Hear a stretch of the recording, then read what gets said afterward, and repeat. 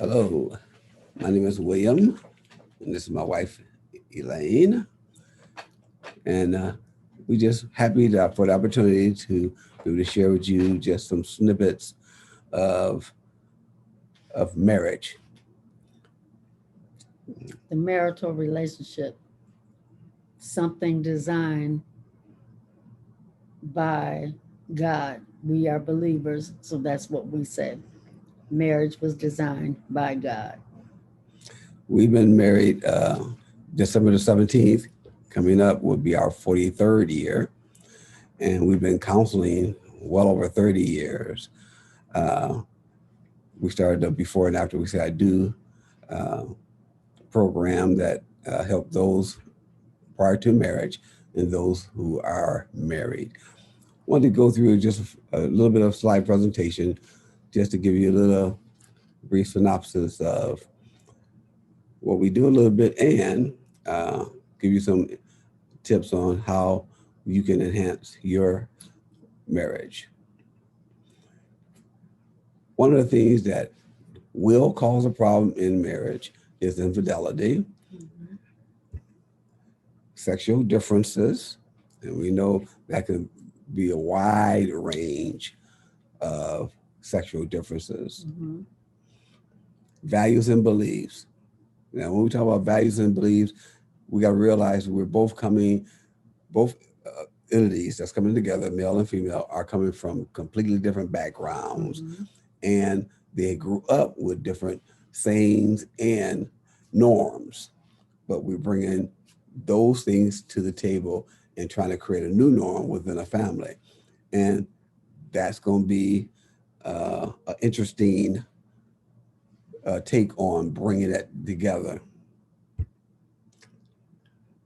Dramatic uh, situations, and we'll get more into that later. Stress.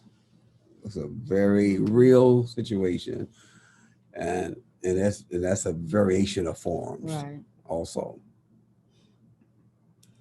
boredom. Listen, none of us, no matter how much you like something, want it the same way every time or multiple times a day. You know, like eating chicken. You don't want to eat fried chicken every day, 24, 7 days a week for your life. You know, you may think you would, but listen, that will wear thin. That's right. A traumatic situation.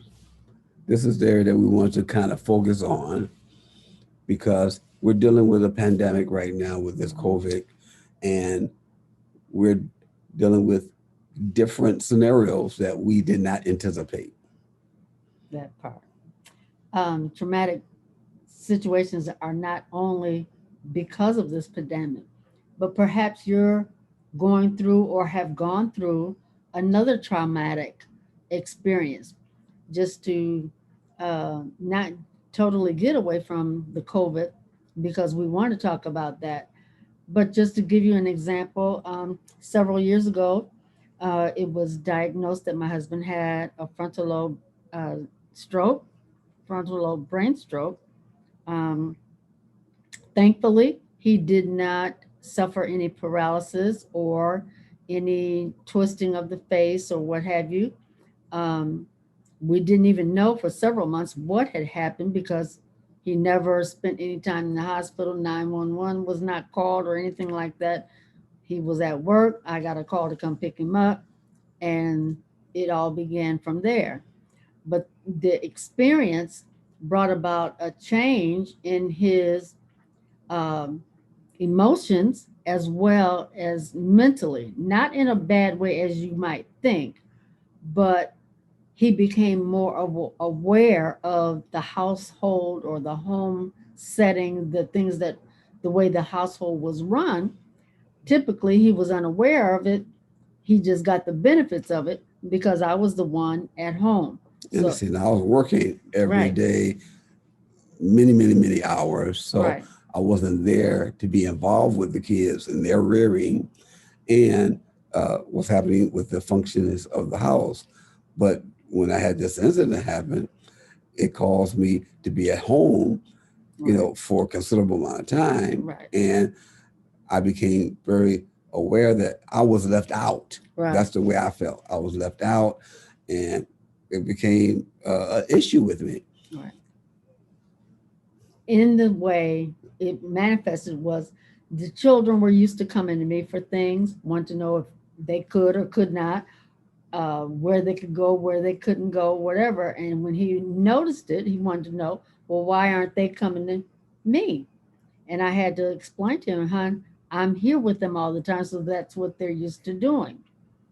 He, uh, like I said, was a little sensitive toward it, so I had to take the background a little bit and encourage the children to come to go ask your dad this, go ask him that, so that he would be included in certain decision making. Again, that also made me have to take a step back. Didn't mean that I didn't matter anymore or that my say so had diminished. I was choosing to include him on the decisions more for the children. Of course, if something major came up, he was always aware. But it was these were the little details. Can I go outside and play? Can I go do this and that? He wasn't aware of all of that stuff because I handled it. And so I tried to keep things as normal for the children as much as possible. But I also had to take a back seat a little bit to keep him included. See, and that's brings us up to like this pandemic situation with the Mhm. COVID.